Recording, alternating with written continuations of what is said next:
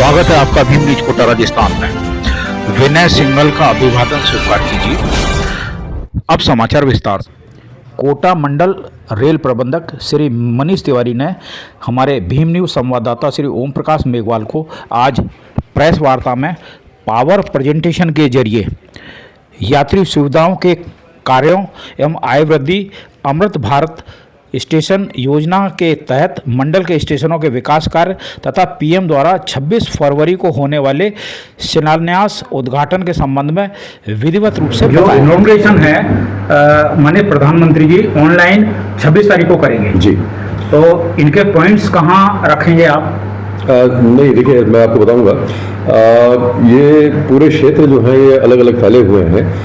हमारे पास जो है हमारे मंडल पर 4 वर्टिकल्स हम इन्हें कहते हैं, 4 परिक्षेत्र हैं। एक हमारा कोटा से लेकर के मथुरा तक का है, एक हमारा कोटा से लेकर के चित्तौड़ तक का है, एक हमारा कोटा से लेकर के नागदा तक का है और एक कोटा से लेकर के रुठियाई का है। जो क्षेत्र हैं जहाँ जहाँ पर ये स्थित हैं, इनमें से 4 जो है वो कोटा मथुरा से क्षेत्र में पड़ते हैं, 5 जो है वो नागदा वाले सेक्शन में पड़ते हैं, एक हमारा जो है वो रुठियाई सेक्शन में पड़ता है और 4 हमारे जो है वो कोटा चित्तौड़ सेक्शन में पड़ते हैं। स्टेशन तथा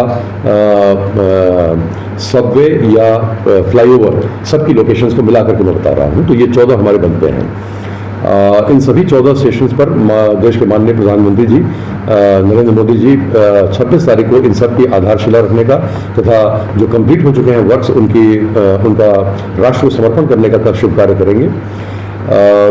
बड़े पैमाने पर इसमें लोगों के इकट्ठा होने की उम्मीद है। ऐसा संभावना जताई जा रही है कि पूरे देश में इस तरह के जितने लोकेशंस हैं, करीब 2100 से अधिक लोकेशंस हैं, 2100 से ज़्यादा, और इन सभी लोकेशंस पर इसी तरह के कार्यक्रम आयोजित किए जा रहे हैं। एक साथ सभी 2100 स्टेशन से माननीय प्रधानमंत्री जी जुड़ेंगे और ऐसा संभावना जताई जा रही है कि इसमें कुछ 40 लाख के आसपास आदमी आने की संभावना है, जो मेरे ख्याल से शायद विश्व में ऐसा पहली बार हो रहा है जब किसी एक महान नेता द्वारा इतनी बड़ी तादाद में इस संख्या में लोगों को संबोधित किया जाएगा और उनसे वार्ता की जाएगी। कोटा मंडल में 14 स्टेशन कौन से? कोटा मंडल में स्टेशन 2 ही हैं। कोटा मंडल में 2 हमारे अमृत भारत योजना के तहत आने वाले स्टेशन हैं, बूंदी और झालावाड़ सिटी। इसके अलावा हमारे जो है करीब 12 और लोकेशंस हैं जहां पर हम या तो फ्लाईओवर बना रहे हैं या फिर हम वहां पर जो है वो रेल के नीचे से सबवे निकाल रहे हैं। ये लोगों की सुविधा के लिए है जो रेलवे ट्रैक के जो है दोनों तरफ रहते हैं। यात्रियों के साथ ही साथ जो है गाड़ियों के आवागमन में इससे बहुत सहूलियत मिलेगी। इनमें से कुछ प्रोजेक्ट्स कंप्लीट हो चुके हैं, कुछ प्रोजेक्ट्स चल रहे हैं, कुछ प्रोजेक्ट्स शुरू होने हैं जी। डकनिया स्टेशन की क्या स्थिति, कितना काम? डकनिया स्टेशन पे काम बहुत तेज रफ्तार से चल रहा है। डकनिया स्टेशन के दोनों ओर की बिल्डिंग जो है वो फर्स्ट फ्लोर लेवल से ऊपर बढ़ चुकी है। आप अगर जाएंगे तो डकनिया स्टेशन पर आपको इसका साक्षात वो भी मिलेगा।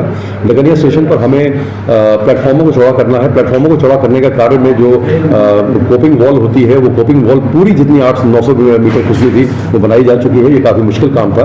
डकनिया स्टेशन अगर आप गए हो तो आपने देखा होगा कि वहाँ का बहुत हिस्सा जो है बहुत गहरा खाई जैसा है, तो उसको भरना, उसमें जो है जेसीबी का काम करना और उसके बाद उसमें सरियों का जो है पैटर्न बना करके जो है उसमें कंक्रीटिंग करना काफ़ी लंबा चौड़ा काम था, लेकिन बड़ी तेज रफ्तार से वहाँ काम हो रहा है।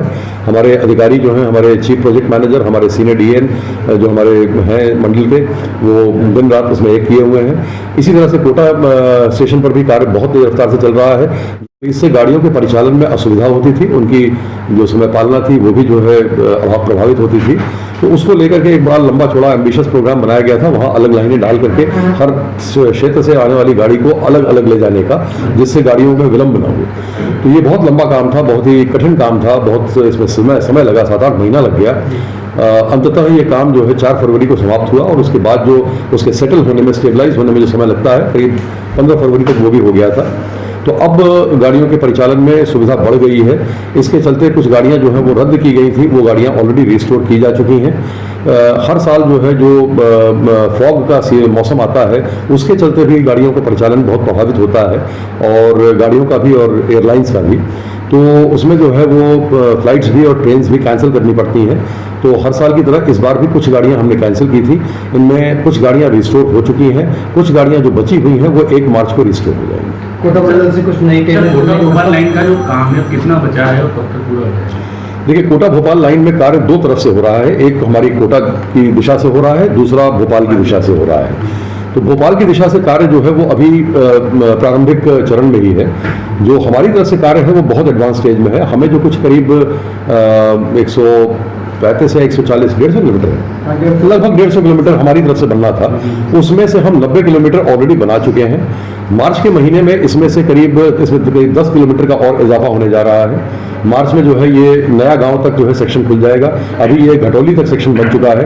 घटौली तक गाड़ियों को परिचालित करने के लिए अभी गाड़ियां अकलेरा तक ही जाती हैं, जूनाखेड़ा तक जाती हैं, जूनाखेड़ा तक ही जाती हैं। तो जूनाखेड़ा से अकलेरा, अकलेरा से घटौली जितना बन चुका है, इसमें भी गाड़ियों के परिचालन के लिए हमने जो है वो मुख्यालय को पत्र लिख दिया है और मुख्यालय जो है इस पत्र को रेलवे बोर्ड को भिजवाएगा। रेलवे बोर्ड इस पर जो है वो गाड़ियों का एक्सटेंशन करके गाड़ियों का परिचालन करने की अनुमति देगा।